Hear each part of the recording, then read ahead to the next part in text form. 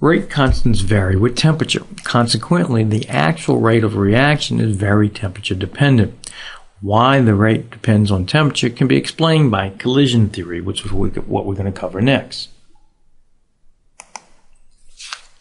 Collision theory assumes that for a reaction to occur, the reaction molecules must collide with two things. Number one, it must collide with the proper orientation. And secondly, it has to collide with sufficient energy, which basically means not every collision forms products. If it doesn't have the proper orientation or enough energy, they will just bounce off. They have to have both of these things for this reaction to go and form the products. Let's talk about proper orientation. For example, carbon monoxide plus nitrogen dioxide forms carbon dioxide and nitrogen oxide. Okay? If an OC molecule collides with an NO2, nothing's going to happen.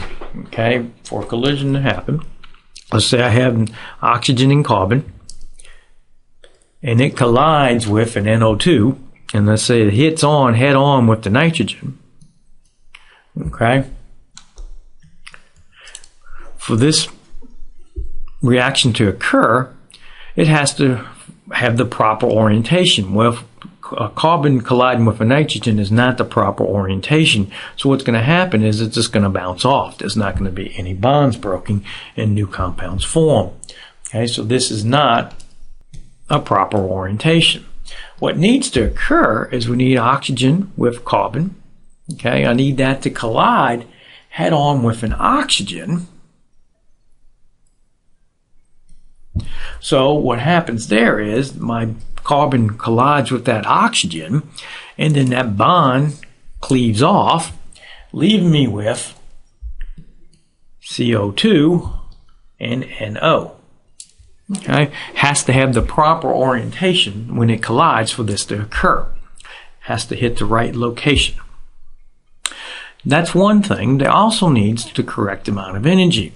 The minimum energy of a collision required for two molecules to react is referred to as activational energy, or E subscript A. It has to have the right amount of energy for that bond to break. If it doesn't have the proper amount of energy, then that will just bounce off. It will not break that bond. Molecules are held together by strong chemical bonds.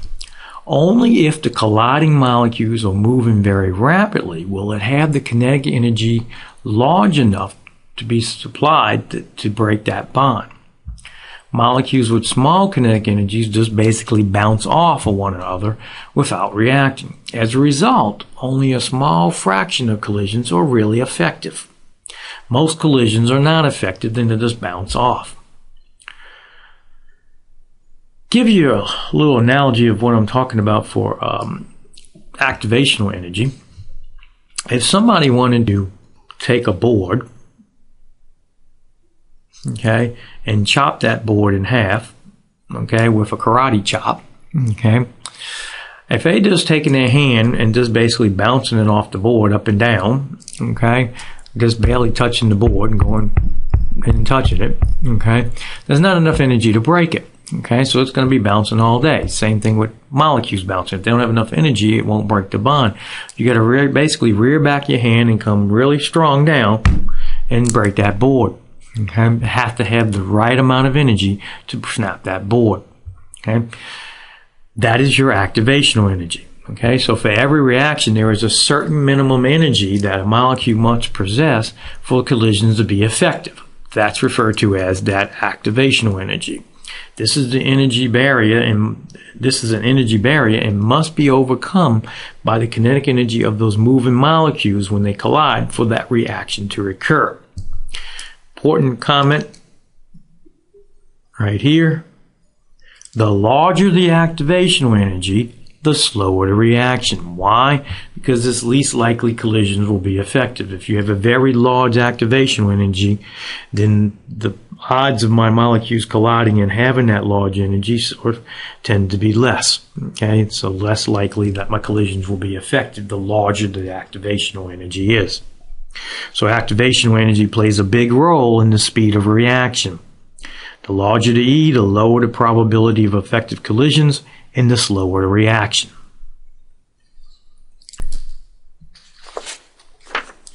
We can illustrate this graphically by doing a plot of potential energy. You may recall this from Gen Chem 1, where basically we said that you have energy and it's increasing going up. If I have reactants and they're going down to products, okay, we said that for the reaction to go, the reactants are higher energy, they would have to go down to lower energy, okay, and form more stable products. And we said in that process we would release energy.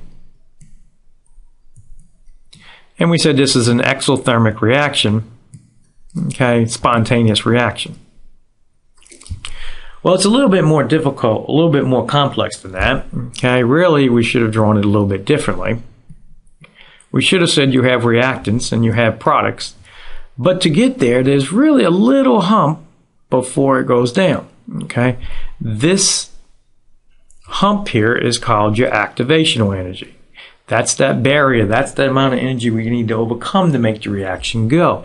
So when we say it's spontaneous, it still needs a little bit of energy to make it go. I'll give you a little analogy. Let's say you're on top of a hill and you had a bicycle on top of the hill. Okay. Now, due to the potential energy, you can go down that bicycle can roll down the hill really easy with no energy. However, will that bicycle go, if I'm on top of the hill, will that bicycle go by itself just from the beginning? No. If I pick up my feet, that bike's going to still stay at the top of the hill. What am I going to have to do to get that bike to start going on its own? I'm going to have to give it a little push. And then once I give it a little push, then it's going to go, and that bike's going to go on down by itself. Okay? So that's what that activation is, that little bit of energy that we need to get this thing to go. Now, we use these diagrams sometimes to illustrate some things. One thing I want to illustrate is the difference between fast and slow reactions. Okay, I could draw an energy diagram that maybe looks something like this, where this is my activational energy, and compare that to something like this, where this is my activational energy.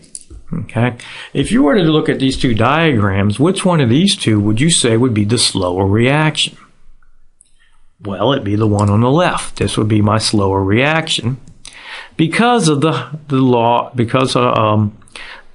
activational energy compared to the other one.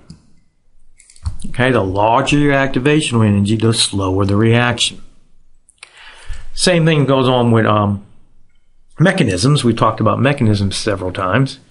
There may be a mechanism that was 3 steps. Okay, maybe you had one that looks like this, another one, and then another one. Okay, where these are my activational energies for step 1, my activational energy for step 2, and my activational energy for step 3. If I'm looking at this mechanism, okay, it's a 3-step process, which step would you say is the slowest step? Well, that would be the second one. Okay, why? Because it has the largest activational energy, therefore it's the slowest step.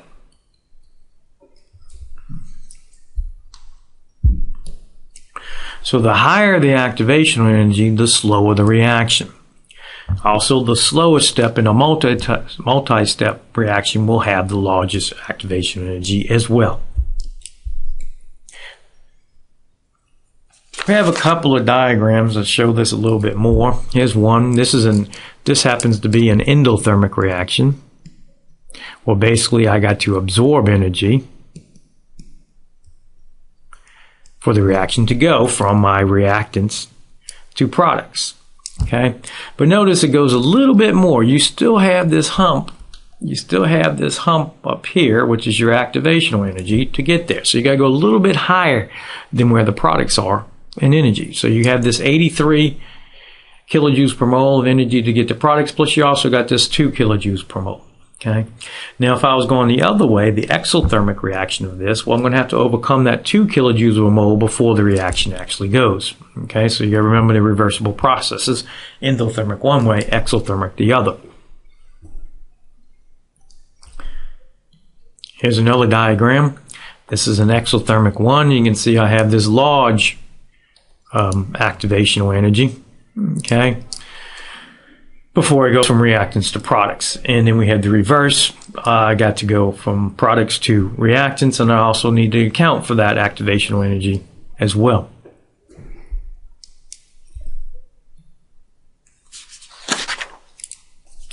Okay, what variables affect reaction rate and also activational energy? There are several that we're going to cover. One is concentration of reactants. The amount of reactants there affects the probability of collisions. Concentration of a catalyst. Catalyst speeds up a reaction, so if any catalyst there, it will affect the rate. Temperature at which the reaction occurs. Temperature is heat. Heat is energy. That gives me energy for the molecules to move to overcome that activational energy, so that affects rate. And the last one we'll cover is surface area of a solid reacting or catalyst. Let's talk about concentration of reactants. More often than not, the rate of reaction increases when the concentration of reactant is increased. Makes sense, because basically if I'm adding more concentrations, the probability of molecules colliding increases, which increases the probability of having an effective collision, which should speed up the reaction. Now notice I said more often than not. Well, where wouldn't it affect it? That goes back to our zero order. If something is zero order, it has to be present, but it has no effect on rate. Okay, it's not part of that limiting step, that slower step is what we're talking about there. Increasing the population of reactants increases the likelihood of a successful collision, which increases the probability of collisions and a reaction to occur. Second factor, concentration of catalyst. First off, we need to define what a catalyst is. Catalyst is a substance that increases the rate of reaction without being consumed. That's important. It's not consumed in the overall reaction. It's something that's present at the beginning and the same amount is present at the end. Catalyst generally does not appear in the overall balance equation. Although its presence sometimes is indicated by writing its formula over the arrow, the yield sign in your balance equation, or it may be in parentheses behind the equation. Here's an example. Hydrogen peroxide goes to water and oxygen gas. You may have hydrogen peroxide in your home. After a couple of years, you may notice it doesn't work as well. Well, it decomposes into water and oxygen gas, but it's a slow process. If I put HBr, an aqueous amount of it, okay, in presence, then it's going to speed it up, and the water is going to break. The hydrogen peroxide will break up into water and oxygen. You can take hydrogen peroxide home if you want and put a potato in it that has some enzymes in it. That would show to do the same process and speed up the reaction. You can see bubbles coming up, which is decomposing. In this process of putting the catalyst in this reaction, the amount of catalyst I had to start with will be the same amount I have when I'm finished. Okay, all it does is speed up the reaction. It's not consumed in the actual reaction.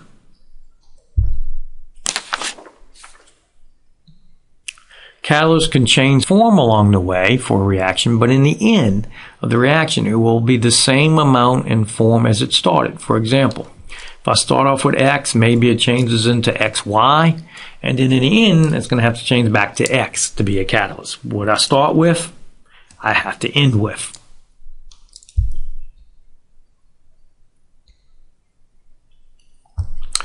A catalyst speeds up a reaction by reducing the activation energy needed for a successful reaction. So what happens with a catalyst is it actually lowers that activational energy. If you're talking about a reaction, reactants going to products, we said there's some activational energy to get there. If I was to add a catalyst to this, what we're saying is actually happening here, it's going to find a way to go from reactants to products, but it's going to find a different way to get there. And in that process of finding it, that activational energy is a lot less. Okay, you have a smaller activation energy. What happens then is that more molecules will have enough energy to overcome it, therefore it speeds up the reaction. So more collisions are being successful, okay, because of the fact that you have a lower energy, okay. So a catalyst may also provide an alternate mechanism or pathway that results in a faster rates. You have a lower activation energy because it finds a way to get there with a smaller activation energy, so it speeds up the reaction by allowing more collisions to be effective, because less energy is required for that reaction to go.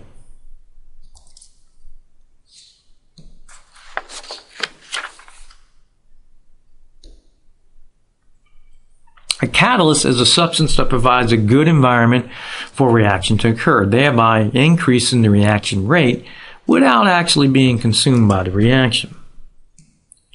To avoid being consumed, the catalyst must participate in at least one step, okay, must participate in at least one step of the reaction and then be regenerated in a later step. So it has to be consumed in one step, okay, it's consumed in one step, but then produced in another step. Let's look at this example here. I have R plus S gives me T, and then T plus U gives me W and S. Now if we add this equation up and cancel out things that we normally do when we write an equation in this mechanism, you can see that my S's cancel and my T's cancel. So I'm left with R, U, and W. Okay, that's normally how you would balance equation. But if I'm trying to figure out if there's a catalyst in there, I can't look at it in terms of things alike on both sides. What I'm going to need to do is look in terms of what's produced and what's consumed. So let's look at this problem again and use the terms produced and consumed. Okay, what's happening to R and S in the first step? Well, they're both being consumed. So those are both being consumed, so they're basically being used up. What happens to T? Well, it's produced. Okay, so T here is being produced. Step 2, you got T and U. What's happening in those cases? They're being consumed. Okay, and what's happening to W and S? They're being produced. So if you look at it, when you get finished in your flask, okay, when the reaction's over, do you only have W in your flask? No. I have W, but what else do I have in my flask? Because it's been produced along the way, I also have S. Okay? So this is where we're talking about a catalyst. Okay? That's something that's consumed and then produced later. You can see that S was consumed in step 1, but in step 2, it was produced. Okay, so S is a catalyst. Now there's another type of component that forms in the mechanisms that you should be aware of. There's also things that are produced and then consumed. Let's look at T. In the first step, R plus S made T. Well, in that case, T was produced. Then in the second step, what happened? T is consumed. When something is produced and then consumed, that's referred to as an intermediate. Okay? Basically, in the balance equation, you can see T is nowhere in that balance equation. It was something that was produced along the way and it was consumed along the way. So you have a catalyst, which is something that's consumed and then produced, and then an intermediate, which is something produced and then consumed. As I said, you need to think about it in terms of consumption and production, not canceling on both sides of the arrow. Otherwise, you miss it. Okay, it looks like S is crossed out, but it's not. Okay, it is produced in the end. Important point to realize is this following statement. Okay, a catalyst present increases the rate of a reaction by basically lowering the activational energy. Okay, that's how it speeds up the reaction. It goes and makes a smaller activational energy. It finds a different way to get to the final products. Homogeneous catalyst. Just by the term homogeneous, which means what? Uniform, the same, okay, is the use of a catalyst in the same phase as the reacting species. So looking at the oxidation of sulfur dioxide using nitric oxide as a catalyst is an example of a case of a homogeneous catalyst. Notice I have my sulfur dioxide is in a gas, my oxygen's in a gas, and my sulfur trioxide is in a gas. Okay? And my catalyst is in a gas. They're all in the same phase. That's a homogeneous. So what do you think a heterogeneous is? Yes, exactly. It's a case where they're different. Okay? Heterogeneous is the use of a catalyst that exists in a different phase from the reacting species. Usually a solid catalyst in contact with a liquid or gaseous solution of reactants. Example, say some reactant of gases goes to some product of gases, and we got some catalyst that's a solid. Such surface catalyst is thought to be occurred as a chemical absorption on the reactants onto the surface of the catalyst. So basically the reaction is occurring on the surface, is happening on the surface of that catalyst. Okay, the reaction is happening on the surface of the catalyst itself. Adsorption is the attraction of molecules to that surface. Very important type of catalyst is ones that are in our body. Okay, biological organisms have catalysts. The only difference is we don't call them catalysts when we're talking about biology. We basically use the term enzymes. Okay, this accounts for many of our body functions, and we wouldn't exist without it. So there are catalytic reactions going on in our body. We just refer to those as enzymes. The third effect we want to talk about is temperature. The temperature at which a reaction occurs. Okay, usually reactions speed up when the temperature increases. Why is that? Well, temperature is heat, that's energy. So I'm putting more energy to the system, so I have more kinetic energy there to overcome that activation of energy. Therefore, I have more collisions that can be effective. Temperature also causes molecules to move faster, which also causes collisions to occur more often. If they're moving faster, then the probability of two molecules colliding with their proper amount of energy increases. Therefore, the reaction also speed also increases. Now, important concept here is that temperature has no effect on lowering the activation energy. For the catalyst, it lowered the activation energy. Temperature doesn't lower the activation energy. It just puts more energy into the system that allows the molecules to have more energy. Therefore, they can overcome the already activation energy for that reaction, thereby speeding up the reaction. A good rule of thumb is that the reaction is approximately double in rate with a 10 degrees rise in temperature. So if I increase the temperature by 10 degrees, I should double the rate of that reaction. Now, this is the opposite reason why we put things in refrigerator. We're trying to slow down reactions by lowering the temperature. So therefore, less collisions are being affected by lowering that temperature. Fourth factor, surface area of a solid. Because the reaction occurs at the surface of a solid, the rate increases with increases surface area. Now, this is one you kind of already know, okay? If I had a big old log, okay, I have a very big log, and I try to burn that log, okay? Compare that to taking the same amount of wood and break it up into little pieces of wood, okay? Which one of those two is going to burn faster? The smaller pieces of wood. Why is that? Well, the large log has a less surface area. All you have is the surface area on the outside of the log, while the little pieces of wood have all those pieces of wood all around them has surface area. So you have more surface area, therefore the wood's going to burn faster. Wood burns faster chopped into smaller pieces rather than lumps. Homework 12 gives you questions about catalysts, intermediates, etc.